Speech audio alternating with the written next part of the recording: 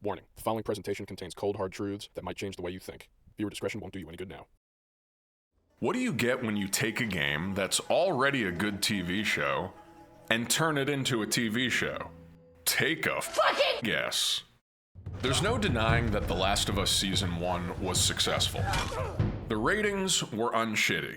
The show clearly won over people who don't play video games. But people were very quick to hail this as a new landmark in adapting video games, or called it the template all video game to TV adaptations should follow. No fucking shit. This game had a huge advantage over other games, as it was already very close to being a good TV show. Unless your game is packed with highly realistic cutscenes and a very good story already, I don't think you can just follow this template. Sorry, Control. I just don't think you're quite ready. I love you, but you're not there.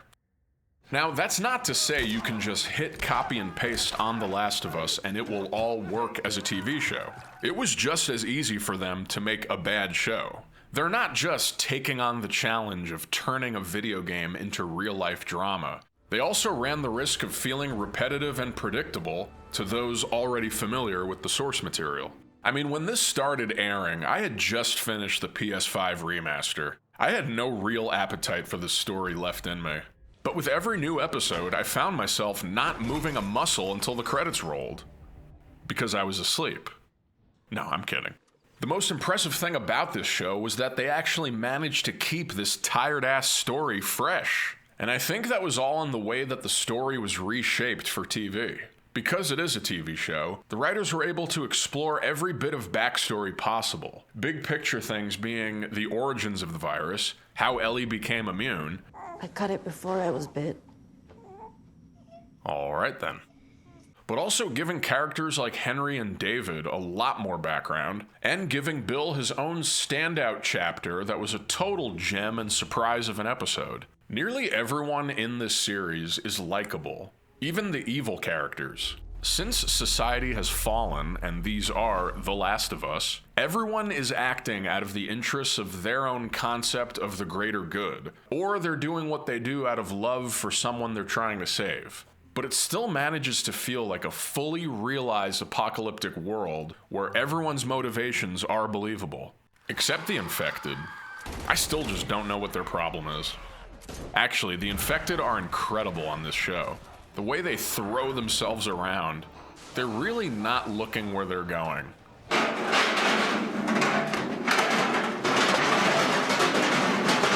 But also just the fact that they rewrote the infection as tendril-based instead of spores because they didn't want their actors to have to wear gas masks the entire time. And that actually made for one of the coolest moments in the show. Now, to those who played the game, there was an inevitable predictability with this show. And after a few episodes, it became clear that while minor plot points were being remixed, all the main beats were kept intact. I knew how a lot of the episodes were going to end, but it didn't really matter because the journey to get there was never completely the same. Now, in terms of the casting of Joel and Ellie, I think they did something right, because you want to watch these two. They have the chemistry. Bella Ramsey is insane.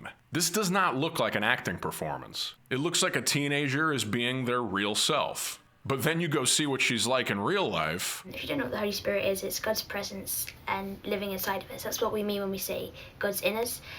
That's basically his Holy Spirit living inside of you if you accept Jesus into your life. And you'll say, oh, well then, that's an insanely incredible performance.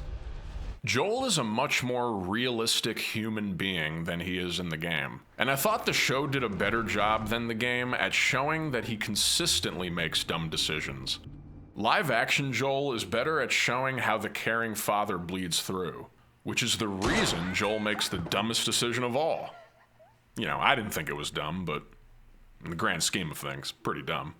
Actually, the finale was so effective, I think it was clearer than ever that what Joel did was morally ambiguous. Sure, the Fireflies were just trying to save humanity, but they were being total douchebags about it. There was also no guarantee it would work, and we didn't see them ask Ellie for her consent to perform lethal surgery on her. But once again, we get to experience this narrative where the hero walks this thin line between right and wrong, probably the most conversation-worthy element of this story, and it hits just as hard here as in the game. But when you step back and look at all the smaller stories taking place in this show, it really feels like the series is able to exist outside of Joel and Ellie. And that's how the games felt too. By the end of the second one, I was totally on board with the new characters. I was like, oh, ponytail kidnapper guy? Yippee-ki-yay. I think this series is meant to be a multi-storyline, hopping around adventure of multiple perspectives. And I can't wait to see them thrive on that in Season 2. In fact, I can't remember the last time I looked forward to something this much. I mean, this season was definitely well received. 5.6 user score? Why, I never. Wow. A lot of people really didn't like this show. These reviews are looking pretty run-of-the-mill. But why are all of these from the same 3-day period? Gee, I wonder what happened on January 29th. Oh. Well, hang on. Maybe there are some more level-headed reviews among users. A solid start with excellent casting, cinematography, and attention to detail. Okay, this person seems decent. It's a shame the showrunner lacks the stones to keep the white cast white. Oh, never mind. I'm sure if they looked, they could have found a decent white cast for those parts. You know, I didn't have to observe brown people, but instead you made me. In addition to this, the writers have decided to give Joel a health condition he never had. What? Write Ellie to openly emasculate him in front of his brother and a strange old couple that are also randomly Native American. Alright, maybe I should get off Metacritic. Let's go to YouTube. Oh yeah. Got some real good thumbnails here. Let's listen to what happens when a non-shill insider absolutely destroys HBO's The Last of Us. Oh, this is real mature. Now, are those people who will say that even in the original game release that Ellie was Gay, I'm really gay, I'm super duper gay. Do you know where that came from? Neil Druckmann. Now, this guy sounds like a grown man, but I believe it said in his bio he was around 7 years old, something like that. But that story really starts with the Last of Us DCL that did what it did. The DCL? The down content loadable? At the end of the day, does it really matter that a made-up character that is portrayed by a voice actor and consists of pixels and doesn't really exist, that someone will come along and take them and put ideology, gender politics, ESG score-driven crap over the top of them? Well, for some people, it does. So if you just make a character gay at all, that's like committing 3 different crimes in this guy's head. I put out a video probably about a week ago covering The Last of Us and some of the images that we got. Now, it has been a long time since I have had a lot of people come to my channel just to tear it down and to say things. That's a shame. My review, negative things. I see you gave yourself a like, so someone likes it.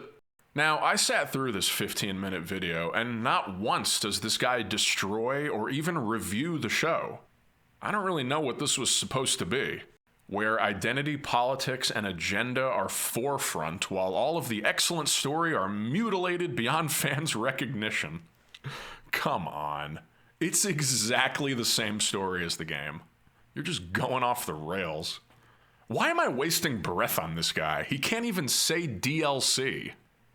Let's watch another video. Look at this thumbnail. Last of Us Episode 3. What the hell was that? This episode, for me, basically jumped the shark. It revealed their hand of the people making it. This confirms all of our fears. We know where this is headed. This is unavoidably going towards Joel in 1. And not only are they going to do that, they're going to double down on it and triple down, make it even worse, and it's going to become the Ellie show. Is it Abby? It's going to become the Abby show. I'm sorry, what does one thing have to do with the other? No, seriously, what do 2 gay guys in Season 1 have to do with anything that goes on in the second game? That's just a stupid connection to not make. And do people actually think they were gonna change the storyline of season 2 just because people acted like shitheads about the game? It's like outrage planned ahead. They're going to double down on the second season. Yeah. And their main guideline for being willing to subvert and change the original source material is agenda. Yeah. Okay? Oh my god, I can't wait for that second season. Gender aside, what they did in this episode is still jump the shark. Like, it doesn't matter if they're gay or not, okay? Oh yeah, sure. The fact that they're willing to just throw away what actually is in the story. Oh, you mean the 2 seconds of screen time that was given to Frank's dead hanging body? I mean, was that moment that great? For this filler, pointless, boring bullcrap. And because it was driven by agenda, and we'll talk about that. Oh, okay. So this is one of those YouTube channels. Gotcha. That means every time they have an opportunity to force it in, unnaturally so, to the point where they will hijack an entire episode. I had to watch a full hour of homosexuality. They went way over their allotment. Derail the show completely for a side plot, artistic, session where it's just the creators indulging themselves. This was basically Druckmann or the creators, everything,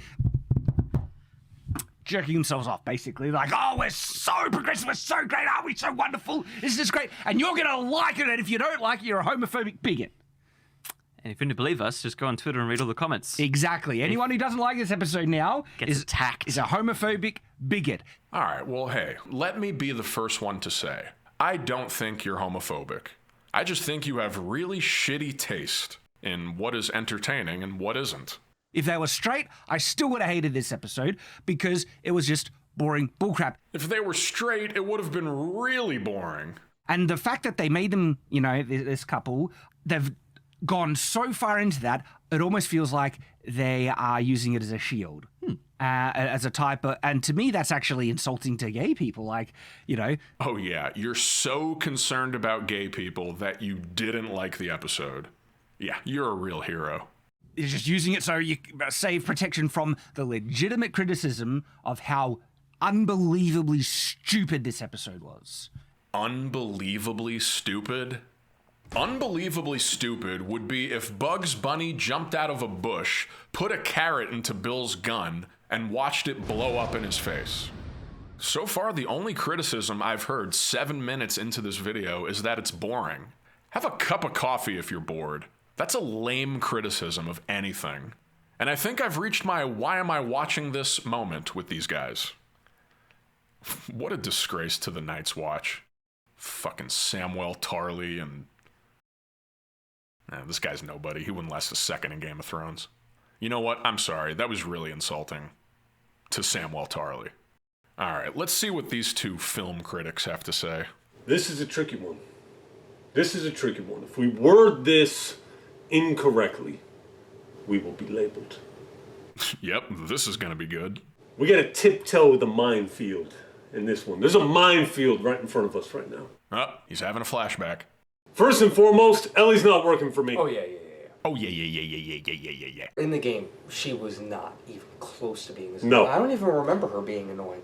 This, she's really freaking annoying. Yo, once they turned her into a human being, I wasn't really feeling her anymore. The acting was really what was hurting it for me. Acting's hurting the show bad. Every person that I've seen so far is like under-delivering. Yeah, James Lipton over here. Are we talking? Are we on episode 3 now? Whoa. Okay, let's move on to episode 3. Bill is one of our favorite characters. So we're expecting some things here. Let me guess. You were disappointed.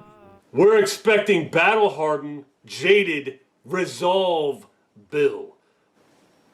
What did we just watch in episode 3? That wasn't Bill. Who was that guy? George. You're telling me that character in Last of Us, you're going to see him rolling around in the garden eating berries, being fed berries? No. Subtle. They made that the whole point of the episode. I only like subtle gayness. Like Interview with the Vampire. Or Top Gun. Really anything with Tom Cruise. I don't want to see sentimental Bill. I don't want to see romance novel Bill. I want to see Bill chopping clickers' heads off with Joel. That's what I'm saying. That's what I want to see. Yeah, 2 straight men, back to back, killing zombies. Nothing threatening my sexuality. You have tough Bill, and then you completely eradicated his character and turned him into a freaking giant baby. This guy looks like he's plotting my murder. Just everything about that episode sucked. Bill and Frank, horribly done. What terrible acting. Frank's dialogue was freaking cringe, dude. I'm like, dude, they couldn't have got a better actor for this. His acting was bad. Yeah, they couldn't have found someone better than an Emmy Award-winning actor who was also the best thing about White Lotus Season 1. And they just meet each other, and like, they fall in love like 10 minutes later. Like, what? It's the end of the world. People are desperate. Oh, I love you so much. Boom, next thing you know, they're kissing. It's like, dude, who wrote this? Just some nobody. And the fact that you guys like it, it shows that you got zero standards. I guess we just like shit. I've given this show 3 hours of my life. I'm done. That's right. This is our last review. Probably a good idea. Bill's in the garden. I said, dude, are we done? Man, this guy had a really hard time with it. My time is too valuable to be wasting it on shit that I don't want to do. Mine isn't. I'm not going to force myself to watch something so I can make YouTube videos off of it. Oh, I definitely will. Now, you're probably thinking, Lee, why are you doing this to me? But you know, if you don't want to be here, please, be my guest, click away. I'm doing this for me, not you. Again, preface, I've never played the game. So, don't care about the game, don't care about how true it is to the game. Just coming at it from the view of a TV viewer, so I'm just going to say that right up front. That is not my particular purview. I don't play video games because I'm not a child. I know. I'm just joking. Lots of good people play video games. Okay, in any case. Just gonna start off by insulting a bunch of my listeners and sound like an idiot in the same sentence because does this look like a game meant for children? So, it is this character Joel and this character Ellie, and they are navigating the zombie apocalypse. And then we get to, so that's the first couple episodes, and they're good. They're really compelling. Again, really well made, really well written. And then we get to episode 3, and this, according to the media, is the single greatest episode of television that has ever been. And you have a problem with this? Why?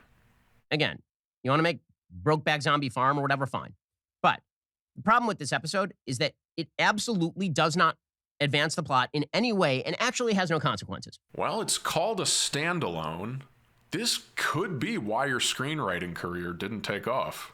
So the entire plot of the episode is that Ron Swanson, Nick Offerman, but he actually plays Ron Swanson, but Ron Swanson who likes to nail dudes. Yes, and it's people who play video games who are the children. And then somehow another dude ends up like falling into one of his traps, and they meet and they bang and they end up becoming a couple. Wait, I thought you said there was no advancement of plot. This sure sounds like a plot to me. You can see it here, right? There's gay Ron Swanson. You can tell he really likes saying that. And it's complete with like sex scenes and the whole thing. I had to cover my wife's eyes multiple times through the episode, so she didn't see that I had a boner. He gets cancer, and he decides to essentially euthanasia himself. And gay Ron Swanson decides that he loves saying that. Commit suicide at the same time. Brokeback Zombie Farm. Here's the problem with Brokeback Zombie Farm. Was Brokeback Mountain the last time he witnessed homosexuality? Or was it the last time he went to a movie theater? Here's the problem with Brokeback Zombie Farm. 1, it's a zombie show. There are no zombies in this entire episode. Like none. Well, I suppose this is just a regular guy with fried chicken attached to his face for some reason. The entire episode has no zombies, no real threat. Well, what do you think about the rest of the episodes in this season? Episode 4, no zombies. Episode 6, no zombies. Episode 8, no zombies. Even the season finale, aside from one zombie in the opening scene, there are no other zombies. And if you had a clue of what you're talking about, you'd know this is actually a critique of the first game, in which way more of the enemies that you fight are regular uninfected people. It literally has nothing to do with the plot of the show. False. And one of the reasons that it is completely irrelevant to the story is because there are no stakes. The stakes is that Frank is going to die. But since you are you look at this and go, where are the stakes? When you're in the middle of a zombie apocalypse, one of two issues has to come into play. One, the threat of the zombies. Or two, the threat to humanity more broadly. When you're swimming in a pool, there has to be water. The question is, how do human beings repopulate? How do they survive? And how do they become successful once again? If you're going to censor an episode like that, what you need to do is you need to have an episode about people who can have babies. That's right. Straight love during the apocalypse, important. Gay love, useless. You could have this whole thing, but the whole thing is these two dudes in love, but they're fighting off zombies. But they never fight off the zombies. It's not an issue. Look, if these gay guys aren't going to kill zombies and they're not going to have babies, they're just going to sit around being gay, get them off my show. You want to have like an interesting conversation about love during the apocalypse? The big issue of love during the apocalypse is, what if you have a baby? Yeah, so interesting. A Quiet Place. You know, this is like an actual issue. What do you do during an apocalypse? Do you actually try to preserve humanity or not? Two gay dudes falling in love and then dying of old age is not relevant to that particular conversation. I can say, well, that's not what they wanted to cover on the show. That's not what they were interested in covering on the show. The truth is, it's a much more compelling storyline. I mean, that's the entire plot line of A Quiet Place, right? That's actually a really great lesson for a class called Screenwriting for Homophobes. So I have a question. What were they seeking to take on in episode 3? What was the major topic that they were seeking to take on? Ooh, let me raise my hand and hope Professor Shapiro calls on me. I'll summarize the plot since you had such a hard time with it. Once there was a guy named Bill. Bill was a survivalist, a prepper, probably the best in the world. Until one day, Bill meets Frank. Now, Bill could have probably lasted a long time, but instead, he chose to end his life for love. That is just so much more impactful than him riding off into the sunset or whatever. And just because characters aren't procreating during the apocalypse does not mean their romance has no emotional value. That's clearly false, proven by the amount of people who were utterly blown away by this episode. In season 2, apparently, if it mirrors the video games, from what I've been told, it gets very trans and very lesbian. How does it get very trans? What, did all the zombies go and get sex changes? All of the talk about how this was like an excellent episode of TV that was wrapped into a broader show is not true. That's right. It's not true that people are saying it's excellent. And pretending that it is ignoring kind of the dynamics of the show. Oh, come on. You tried to criticize the episode for not having zombies when half of the episodes have no zombies, yet it's people who liked the episode who are ignoring the dynamics. I know. I'm not allowed to say that I didn't like it. You have to say you loved it. And you particularly loved the most, like the most graphic parts of it. Those are the parts you love the most, right? I mean, because if you don't say that, it means you're a homophobe or something. What? Someone actually told him, hey, if the sex scene isn't your favorite part, then you're a homophobe? Why do I just highly doubt that that happened? Overall, I think if you survived this video, then you can probably survive the apocalypse. Surely you can survive any of the harrowing things this show throws at you. This show was so good and so successful that it pissed people off. And the fact that this show did something that pissed people off was pretty much the most predictable thing that has ever happened in history. For years, we all knew that for a video game, this was a really good story. But the question of whether or not the creators can actually make a good TV show has finally been answered, and it's a resounding yes. I can't reiterate enough how excited I am for season 2. Not because it's gonna piss people off all over again, but because I can't wait to see how they improve that story, which is already so impactful, and maybe it will be different. Who the hell knows? But I'm genuinely happy for the creators of this game. Like a lot of other game developers, Kojima, they've clearly always wanted to write for TV or film, and now millions of people are probably very glad they got to do so. To all my friends in this video, I hope you find the cure to your cordyceps brain infection. In fact, let's ask Ellie if she can help us out with that. Okay.